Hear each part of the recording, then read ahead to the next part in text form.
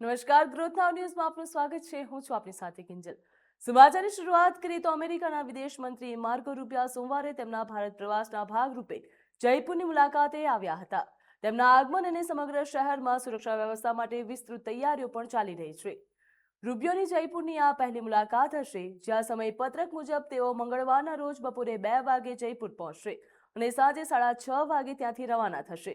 તેમની મુલાકાત દરમિયાન તેઓ આમેર કિલ્લાની મુલાકાત લેશે તેવી અપેક્ષા પણ વ્યક્ત કરવામાં આવી છે, જ્યાં નાયબ મુખ્યમંત્રી દિયા કુમારી આમેર કિલ્લા ખાતે રૂબિયોનું સ્વાગત કરશે, જ્યાં તેઓ બપોરે 3 વાગે પહોંચે તેવી અપેક્ષા વ્યક્ત કરવામાં આવી છે। ઐતિહાસિક કિલ્લા સંકુલની અંદર જરેબ ચોક ખાતે ઔપચારિક સ્વાગતની તૈયારીઓ પણ શરૂ થઈ ગઈ।